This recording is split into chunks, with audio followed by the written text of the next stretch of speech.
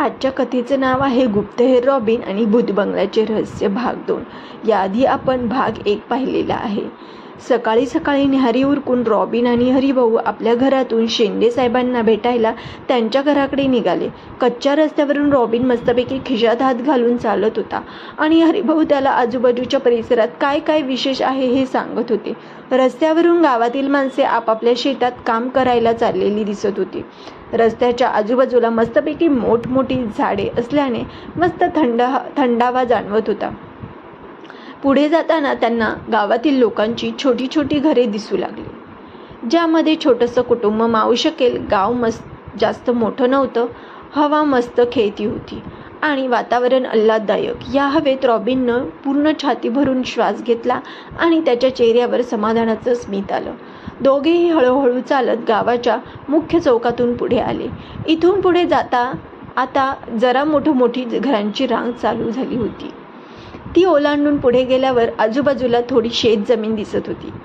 ते तिथे समोर त्या पांढऱ्या रंगाचे घर दिसत आहे ना, तिथे जायचे आपल्याला. समोर बोटाने निर्देश करत हरिभाऊ आता झपाट्याने पुढे चालू लागले.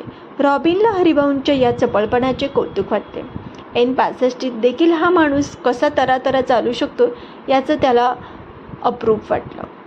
त्याच्या चालण्याच्या वेगाशी तुलना करत रॉबिननं सुद्धा आपल्या चालण्याचा वेग वाढवला. काही वेळातच ते त्या पांढऱ्या घरापाशी येऊन पोहोचले. मुख्य प्रवेशद्वाराजवळ येऊन हरिभाऊंनी हळूच कडी काढली आणि आतमध्ये गेले. प्रवेशद्वारावरून एक पाऊल वाट घराच्या दरवाजाजवळ जात होती. रॉबिन हरिभाऊंच्या पाठोपाठ सभोवतालीच निरीक्षण करत आतमध्ये जाऊ लागला. घर चांगलंच मोठं दिसत होतं. घरापुढे चांगली ऐसपैस जागा होती, ज्यामध्ये हिरवळ उगवलेली होती. सभोवताली मोठमोठ्या कुंड्या ठेवलेल्या होत्या, ज्यामध्ये काही झाडे लावलेली दिसत होती. घराच्या बाजूला आणि मागे सुद्धा बरीच जागा मोकळी असणार, जिथे अशी झाडे लावलेली असावीत, असं रॉबिनला वाटलं. घराच्या डाव्या बाजूला एक नोकर झाऱ्याने झाडांना पाणी द्यायचं काम करत होता. घर दुमजली होतं आणि आतमध्ये बऱ्याच खोल्या असणार असं जाणवत होतं. निरीक्षण करतच रॉबिन दरवाजाजवळ पोहोचला. हरिभाऊ आतमध्ये गेले. त्याच्या पाठोपाठ रॉबिन सुद्धा आतमध्ये प्रविष्ट झाला. घराचा हॉल बराच मोठा आणि ऐसपैस होता. बाजूलाच एक मोठ्या आकाराचा सोफा होता, ज्यावर 10-12 माणसे आरामात बसू शकली असती. भिंतीवर वेगवेगळ्या प्रकारची चित्र लटकवलेली होती, ज्यामध्ये निसर्गचित्र आणि काही जुन्या काळातील मॉडेल्स होत्या. शेंडे साहेब हे रसिक मनाचे असावेत असं रॉबिनला वाटून गेलं. आसपास बऱ्याच जुन्या पण किमती वस्तू शो म्हणून ठेवलेल्या होत्या. एकूणच एका सधन व्यक्तीचे घर वाटत होते. आतमध्ये एक नोकर हॉलची स्वच्छता करत होता. आत जाताच त्याला हरिभाऊंनी इशाऱ्याने शेंडे साहेब आतमध्ये आहेत का हे विचारलं.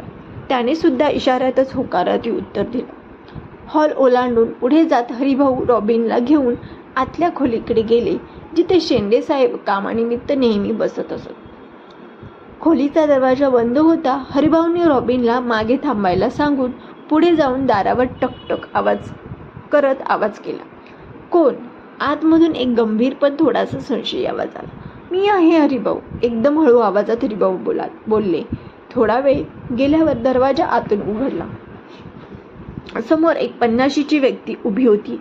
जाड मिशा, गाल फुगलेले, अंगात शर्ट आणि त्यावर 2 बारीक कातडी पट्ट्या मागून खांद्यावरून कमरेला खोचलेल्या होत्या. खाली कोटवर घालतात तसली पॅन्ट असा एकंदरीत त्या माणसाचा पेहराव होता. असा साहेबी थाटात असलेला हा माणूस म्हणजे शेंडे साहेब असावेत याबद्दल रॉबिनला खात्री झाली. या आतमध्ये एवढं बोलून शेंडे आतमध्ये गेले. हरिभाऊ आणि रॉबिन त्यांच्या मागोमाग आतमध्ये गेले. ही खोली शेंडे कामासाठी वापरत असत. आतमध्ये एक मोठं टेबल होतं आणि त्यामागे एक खुर्ची होती. त्यावर शेंडे रेलून बसले. बाजूलाच असलेल्या छोट्या सोफ्यावर हरिभाऊ आणि रॉबिन जाऊन बसले. मगाशी बाहेर उभा असलेला नोकर लगबगीने आतमध्ये पाण्याचा तांब्या घेऊन आला. तो तांब्या बाजूच्या एका छोट्या टेबलावर ठेवून दिला आणि तो बाहेर निघून गेला. ते मी सांगितलं होतं ना, माझ्या ओळखीचे एक स्नेही होते, त्यांचा मुलगा एक गुप्तहेर आहे. एवढं बोलून हरिभाऊ शांत बसले. अरे हो, सांगितलं होतं तुम्ही. हो, एवढं बोलून शेंडे साहेब खाली बसत शांत बसले. रॉबिनला त्यांच्या चेहऱ्यावर एक प्रकारची चिंता जाणवली. कदाचित बंगल्याविषयीची आणि तिथली भुताटकीच्या प्रसंगाची त्यांना आठवण झाल्याने ते शांत झाले असावेत. पण शांततेचा भंग करत शेंडे पुढे बोलू लागले. मला हरिभाऊ बोलले होते तुमच्याबद्दल. मला तशी तुमची माहिती नव्हती, पण चौकशी केल्यावर कळलं की गुप्तहेर रॉबिन हे शहरातील एक मोठे गुप्तहेर आहेत. खरं तर अशा या विचित्र प्रकरणात गुप्तहेर काय करू शकतो हे मला सांगता येणार नाही. पण या गोष्टी नक्की का घडतायत याचं कारण तरी पुढे यायला मदत मिळेल म्हणून मी हरिभाऊंना तुम्हाला बोलायला होकार दिला. शेंडे जराशी खाली मान करत रॉबिनला बोलले. तुम्ही म्हणताय ते अगदी खरं आहे की प्रकरण जरा वेगळं आहे, पण एखाद्या व्यक्तीला कोणीतरी जाणीवपूर्वक घाबरून त्याच्या मालमत्तेवर कोणी डोळा ठेवून असेल किंवा नाना प्रकारे छळ करत असेल तर हा गंभीर मामला आहे. आणि इथे घरात देखील चोरीचा प्रयत्न झाल्याने कायदेशीर बाबींना धक्का लागलेला आहे. रॉबिन शेंडेंना दिलासा देत म्हणाला. तुम्ही म्हणताय ते खरं आहे, पण थोडंसं थांबून शेंडे पुन्हा बोलू लागले. खरं सांगायचं तर मला काही सुचतच नव्हतं. पोलिसात गेलो असतो तर इज्जतीचा पंचनामा झाला असता. उगाचच त्यांच्या चौकशा आणि पोलिसांचा हस्तक्षेप मला नको होतं. एवढं बोलून शेंडे हातावर हात ठेवून शांत बसले. रॉबिनने मध्येच शेंडेंना प्रश्न केला. घरातील नोकरांपैकीच कुणीतरी हा खोडसाळपणा केलेला असू शकतो का? किंवा बाहेरच्या कोणीतरी व्यक्तीने नोकरांची मदत घेऊन घरात कोणी नसताना प्रवेश मिळवला आणि रक्ताने लिहिलेला मजकूर भिंतीवर लिहून आल्यामार्गे पसार झाला असेल? नाही, असं नाही होऊ शकत. आमचे नोकर असं काही करू शकत नाही. ते सांगेल ते काम निपुटपणे करत असतात आणि इथे राहायला, खायला, प्यायला आणि 2 पैसे गाठीला मिळत असताना असलं भलतंसलतं धाडस ते करतील असं मला वाटत नाही. शेंडेंनी उत्तर दिलं. तुम्ही नोकरांवर एवढा विश्वास दाखवताय म्हटल्यावर मग घरात दुसरं कोणीही नसताना हे कृत्य अन्य कोण करू शकेल हा प्रश्न गहन होऊन जातो. रॉबिनने शेंडेंकडे प्रश्नार्थक नजरेने पाहिले. तेच तर ना, अन्य कोणी हे कृत्य कसं केलं असेल हेच तर समजेना. म्हणूनच तर आम्ही घाबरून गेलो की नक्की बंगल्यातले भूतच याला कारणीभूत नसावे ना. एक मोठा आवंडा घेऊन शेंडे म्हणाले. शेंडेंच्या कपाळावर धर्मबिंदू जमा झाले होते. टेबलावरच्या तांब्याच्या भांड्यातून ते गटगटा पाणी प्यायले. बरं, मग चोरीची घटना झाली तेव्हा नक्की काय काय घडलं? रॉबिनने विचारलं. हे रक्ताने मजकूर लिहिल्यानंतरच्या घटनेनंतर काही दिवसांनी चोरीची घटना घडली. सकाळी उठल्यावर मी कामाची कागदपत्रे घेण्यासाठी त्या पलीकडच्या खोलीत गेलो होतो. जिथे मी माझ्या तिजोरीच्या आणि मोठी कपाटे असतात. आत जाऊन पाहतो तर काय सगळी कागदपत्रे इकडे तिकडे विखुरली गेली होती. कपाटे सताड उघडी होती. मी तर घाबरूनच गेलो. शेंडे कपाळावरचा घाम पुसत म्हणाले. बरं, काय काय चोरीला गेलं मग? रॉबिनने शेंडेंवर नजर रोखत विचारलं. काहीच नाही, थंडपणे शेंडे म्हणाले. काय काहीच नाही? रॉबिनने आश्चर्यचकित होऊन विचारलं. हो ना, म्हणूनच तर आम्ही जास्तच घाबरलो की चोरीला काहीच गेलं नाही म्हणजे चोरी झालीच नाही आहे. उलट घरात आता बंगल्यातील भूत शिरले आहे आणि अशा प्रकारे थैमान घालत आहे. मग बायकोने घाबरून गावातील पुजाऱ्यांना बोलावून घेतले आणि हवनविधी करून घेतला. तेव्हा कुठे आमच्या मनाला शांती मिळाली. शेंडे निश्वास टाकत होते. या सगळ्या घटना होऊ लागल्याने शेंडे साहेब आणि मी देखील चक्रावून गेलो. म्हणूनच तर तुला बोलवण्याचा घाट मी घातला, कारण या समस्यांचं निराकरण तुझ्याकडूनच होऊ शकेल अशी खात्री वाटत होती मला. आतापर्यंत फक्त ऐकत असलेले हरिभाऊ रॉबिनकडे पाहत म्हणाले.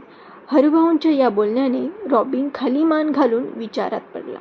शेंडेसाहेब सुद्धा खुर्चीत रेलून वर पाहत बसले. घटनाक्रम खरोखरच बुचकळ्यात टाकणारा होता. शहरालगतच्या बंगल्यामध्ये चित्रविचित्र घटना घडत होत्या ते समजतच होतं, पण घरात सगळ्यांच्या अपरोक्ष अशा घटना घडणे म्हणजे विशेषच होते. रॉबिन, तुम्ही आम्हाला या प्रकरणात मदत करू शकाल का? खुर्चीवर रेललेल्या अवस्थेतच शेंडे रॉबिनकडे पाहत म्हणाले, मी नक्कीच प्रयत्न करेन शेंडे साहेब, पण तुम्हाला एक गोष्ट सांगू इच्छितो की मी इथे एक गुप्तहेर म्हणून आलोय आणि या प्रकारांचा तपास करतोय. हे तूर्त कोणास सांगू नका. मी गुप्तहेर आहे हे फक्त तुमच्यापर्यंतच राहू द्यात. रॉबिनने शेंडेंना सांगितलं. तसं यावर शेंडे ठीक आहे असं म्हणाले. सध्या तरी मला त्या दोन्ही खोल्या दाखवा जिथे भिंतीवर रक्ताने मजकूर लिहिलेला होता आणि चोरीचा प्रयत्न झालेला होता. रॉबिन उत्तरला. जरूर, असं म्हणत शेंडे जागेवरून उठले. त्यांच्या या लगबगीच्या उठण्यानं यांना हे प्रकरण किती लवकर तडीत जावे असं वाटत असावं याची कल्पना रॉबिनला येत होती. तसंही वरकरणी दाखवत नसले तरी शेंडे मनातून चांगलेच हादरले होते. हे रॉबिनला त्यांच्याशी बोलल्यावर समजलं होतं. खोलीतून शेंडेंच्या मागोमाग रॉबिन आणि हरिभाऊ निघाले. हॉलमधून डावीकडे वळत थोडंसं पुढे गेल्यावर घरातला जिना लागला जो वर जात होता. जिन्याच्या बाजूने गेल्यावर आतल्या भागात एक खोली दिसत होती. त्या खोलीकडे जात खोलीचा दरवाजा उघडून सावधगिरीने शेंडे आत शिरले. आत जाण्याआधी मागे वळून त्यांनी रॉबिन पण आहे की नाही याची खात्री करून घेतली. शेंडे बाजूला थांबले. ही समोरची भिंत जिच्यावर मजकूर लिहिलेला होता आता तो साफ केला आहे. शेंडेंनी माहिती पुरवली. रॉबिनने व्यवस्थितपणे त्या भिंतीचं निरीक्षण केलं. भिंतींवर मजकूर कसा लिहिला असेल याचा अंदाज त्याने घेतला, कारण आता भिंत व्यवस्थित पुसली गेली होती. फिकट रंगाच्या भिंतीचा मजकूर लिहिलेला भाग खरवडला गेला होता. खोलीत सामान जास्त असं नव्हतंच. काही बोचकी, लाकडी सामान आणि अडगळीच्या खोलीत टाकतात तसे साहित्य एवढेच ते सामान. रॉबिननं सभोवार नजर फिरवली तेव्हा त्याला जाणवलं खोलीला एकच खिडकी आहे जी लाकडी कलाकुसर केलेली जुन्या पद्धतीची आहे. जवळ जाऊन रॉबिननं ती खिडकी देखील व्यवस्थित निहाळली.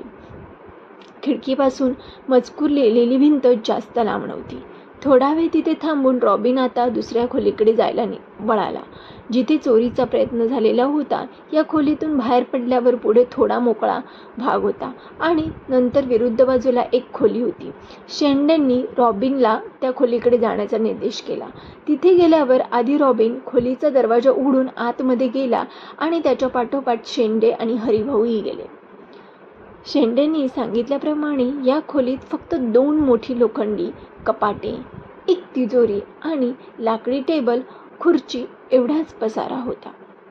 या कपाटांना लॉक लावलेलं असते की ती उघडीच असतात. रॉबिन कपाटाकडे पाहतच म्हणाला. लॉक असते कारण या कपाटामध्ये कागदपत्रे असतात, शेंडे म्हणाले. ओ, आणि यांच्या किल्ल्या कुठे असतात? किल्ल्या माझ्या काम करण्याच्या खोलीत असतात, जिथे मगाशी आपण बसलेलो होतो, शेंडे म्हणाले. रॉबिनने कपाटांच्या जवळ जाऊन दोन्ही हँडल्स तपासले. लॉक पाहिलं. कुठेही जबरदस्तीने उघडल्याच्या खुणा नव्हत्या. कपाटामध्ये फक्त कागदपत्रे असल्यामुळे आतमध्ये उघडून पाहण्याची आवश्यकता रॉबिनला वाटली नाही. या खोलीला सुद्धा एकच खिडकी होती आणि अगदी तशीच जशी मागच्या खोलीत पाहिली होती. खिडकीपाशी जाऊन रॉबिन थोडंसं घुटमळला. मग खिडकीपासून बाजूला झाला. बस, चला आता बाहेरच्या बाजूला जाऊन जरा पाहूयात, असं म्हणत रॉबिन खोलीतून बाहेर पडला. बाहेर जाऊन काय बघायचंय आता रॉबिनला, शेंडेंना वाटलं. कारण घटना तर घरात घडल्या होत्या, पण तरीही आपली शंका मनातच दाबून शेंडे निपुटपणे रॉबिनच्या मागे चालू लागले. हे सगळं हॉलमध्ये येत असतानाच मागून जिन्यावरून कुणीतरी खाली उतरत असल्याचा आवाज आला. आवाज आल्यासरशी ते तिघेही जागीच उभं राहून मागे पाहू लागले. जिन्यावरून एक तरुण आणि मध्यम वयाचा माणूस उतरवून खाली येत होता. तरुणाने अंगात पांढरा सदरा आणि खाली पांढरी पॅन्ट घातली होती. केस जरासे विस्कटलेले होते आणि त्यांच्या नजरेत एक प्रकारचा माज होता. रंगाने सावळा असून चेहऱ्यावर बेफिकीर वृत्ती दिसून येत होती. त्यांच्या मागून येणारा माणूस आपलं मोठं पोट सावरत धोतर एका हाताने पकडून पुढे येत होता. त्या माणसाने अंगात मातकट रंगाचे जॅकेट घातलेले होते. काय मग स्वारी कुठे निघालीये? आज जराशा रागात शेंडे त्या तरुणाकडे पाहत म्हणाले, आलो जरा शिकार करून. शेंड्यांकडे आणि हरिभाऊंकडे हलकीशी नजर टाकत त्या तरुणाने बेफिक्रीने उत्तर देत तिथून पाय काढला. दरवाजाकडे जात असताना वाटेत त्या तरुणाला रॉबिन दिसला. त्या तरुणाने जरा घुशातच रॉबिनकडे पाहिले. एक तीक्ष्ण कटाक्ष टाकून तो रॉबिनच्या अगदी जवळच गेला. या उलट रॉबिन अगदीच थंडपणे त्या तरुणाकडे पाहिलं होतं. रॉबिनच्या चेहऱ्यावरील रेषेही हलली नव्हती. भाऊजी, आलू बर का, जरा रानात जाऊन मस्तपैकी ससा आणतो धरून. मुद्दाम हसत तो पुढे आलेला माणूस त्या तरुणाच्या मागे मागे जाऊन लागला. जाताना तो माणूस सुद्धा रॉबिनच्या पुढून गेला. रॉबिनकडे पाहत त्याने कपाळावर जरा आठ्या आणल्या आणि संशयी नजरेने रॉबिनकडे वरपासून खालपर्यंत पाहिलं. यावेळी सुद्धा रॉबिन चेहऱ्यावरील रेषेही न हलवता थंडपणे पाहत होता. रॉबिनकडे तसं पाहत तो माणूस बाहेर निघून गेला. कधी सुधारणार नाहीत दोघेही. तोंडाने पुटपुटत निराशेने मान खाली घालत शेंडेसाहेब रॉबिन जवळ आले. रॉबिन, तो निर्लज्ज तरुण माझा मुलगा भैरव होता आणि त्याच्या मागे गेलेला तो माझा मामा, म्हणजेच माझा एकुलता एक मेहुणा रावसाहेब. शेंडेंनी माहिती पुरवली. शेंडेंच्या नजरेत रॉबिनला निराशेचा एक डोम दिसून आला. आपल्या मुलाची अशी ओळख करून दिल्यामुळे शेंडेंच्या मनात आपल्या मुलाविषयी काय भाव असतील हे रॉबिन समजून चुकला. त्यामुळे त्यावर अधिक काही आत्ताच बोलायला नको म्हणून रॉबिन जास्त काही बोलला नाही. नंतर हरिभाऊंकडून त्याची माहिती घेता येईल असं त्याला वाटलं. आम्ही अहो गेला का हो भैरव बाहेर, म्हणून मागून एका स्त्रीचा आवाज आला. आवाजाच्या दिशेने तिघांनी पाहिलं तर एक स्त्री शेंडेंच्या जवळ येत त्यांना विचारू लागली, हो गेला हुंदडायला नेहमीप्रमाणे. बैल कुठला? शेंडे आवाज चढवत म्हणाले. तसं त्या स्त्रीला मनातून थोडासा राग आला. परक्या माणसांसमोर आपल्या मुलाचा असा उपमर्द केलेला तिला आवडला नाही. नाश्ता कर म्हटलं तर तसाच बाहेर गेला. थांबा, त्याला बोलावते, असं म्हणत ती बाई बाहेर निघून गेली. कामात लक्ष द्याल म्हटलं तर जमत नाही. फुकट बसून खातोय नुसता, त्रासाने शेंडे म्हणाले. ती बाई ही शेंडेंची बायको होती. या घरगुती ड्रामावर काहीही न बोलता रॉबिन बाहेर जायला वळाला, कारण त्याला शेंडेंचं घर बाहेरून पाहायचं होतं.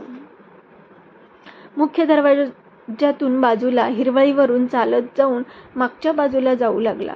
त्याच्या मागोमाग शेंडे आणि हरिभाऊ सुद्धा चालू लागले. घराच्या मागे सुद्धा बरीच मोकळी जागा होती. काही खोल्यांत खिडक्या भिंतीवर तिथे दिसत होत्या. संडास बाथरूमचे सांडपाण्याचे पाईप सुद्धा त्या बाजूला बसवले होते. घराच्या बाजूला भागात झाडे लावलेली असल्याने मस्त सावली पडलेली होती. वरच्या मजल्यावरच्या 2 खोल्यांना गॅलरी असल्याचं त्याला दिसलं. घराच्या मागच्या बाजूला आल्यावर वर अजून एका खोलीला गॅलरी होती. सगळ्या गॅलऱ्या या वरच्या मजल्यावर होत्या. त्यांना लोखंडी नक्षीदार कठडे बसवले होते. मागच्या बाजूला वर एक गॅलरी होती, जी अगदी त्या खोलीच्या जवळ होती, ज्या खोलीत चोरी करण्याचा प्रयत्न झालेला होता. बाजूला सांडपाण्याचा एक पाईप सुद्धा होता, जो अगदी वर गॅलरीपर्यंत जात होता. पाईप रुंदीला खूप जाड दिसत होते. रॉबिनने जवळ जाऊन व्यवस्थितपणे मागची बाजू पाहिली. विशेषतः खिडक्या आणि त्यांच्या चौकटी. ज्या खोलीत मजकूर लिहिलेला होता तिथे त्या खोलीबाहेर काही खुणा दिसतात का ते त्याला पाहायचं होतं. तिथे त्याला काही आढळलं नाही म्हणून काही वेळ तिथे निरीक्षण करून त्याने बाजूच्या सांडपाण्याच्या पाईपाकडे पाहिलं तर तो खूप जुना झालेला होता. त्याला भिंतीला आधार म्हणून ठोकलेल्या कपड्यांपैकी एक कडी तुटलेली होती. ती वरची खोली कोणाची आहे जिला गॅलरी आहे? रॉबिनने विचारलं. ती गेस्ट रूम आहे. कोणी पाहुणा माणूस आला की तिथे राहण्याची आंघोळीची व्यवस्था केली आहे, शेंडे बोलले. काही वेळ तिथे पाहून रॉबिन घराला वळसा मारून बाजूच्या मार्गाने घराच्या पुढच्या हिरवळीवर आला. नोकरांनी सगळीकडे पाणी मारल्यामुळे सगळ्या हिरवळीवर पाणी साचले होते. त्यात चालल्यामुळे त्यांच्या बुटाचा पचपच आवाज येत होता. घरापुढे उभे राहून रॉबिन काहीसा विचारमग्न झाला. शेंडे आणि हरिभाऊ सुद्धा त्यांच्या मागोमाग तिथे आले. मग काय वाटतं तुम्हाला रॉबिन? तुम्ही हे प्रकरण सोडवू शकाल का? शेंडे आठेयुक्त चेहऱ्याने म्हणाले, हो, मी 100% प्रयत्न करण्याचं आश्वासन दिलेलं आहे शेंडेसाहेब. घराकडे पाहत रॉबिनने उद्धरला. रॉबिन रात्रीने काहीही बोलला नसल्याने शेंडेने दिलासा मिळाला नाही. पण रॉबिन आता या प्रकरणात लक्ष घालणार म्हटल्यावर त्याचं मनावरचं दडपण काही प्रमाणात दूर झालेलं होतं. जेवढी माहिती मिळवायची होती ती मिळाली असल्यामुळे रॉबिनने शेंडेंची रजा घेतली आणि तो हरिभाऊंसोबत शेंडेंच्या घरासमोरील गेटमधून बाहेर पडला.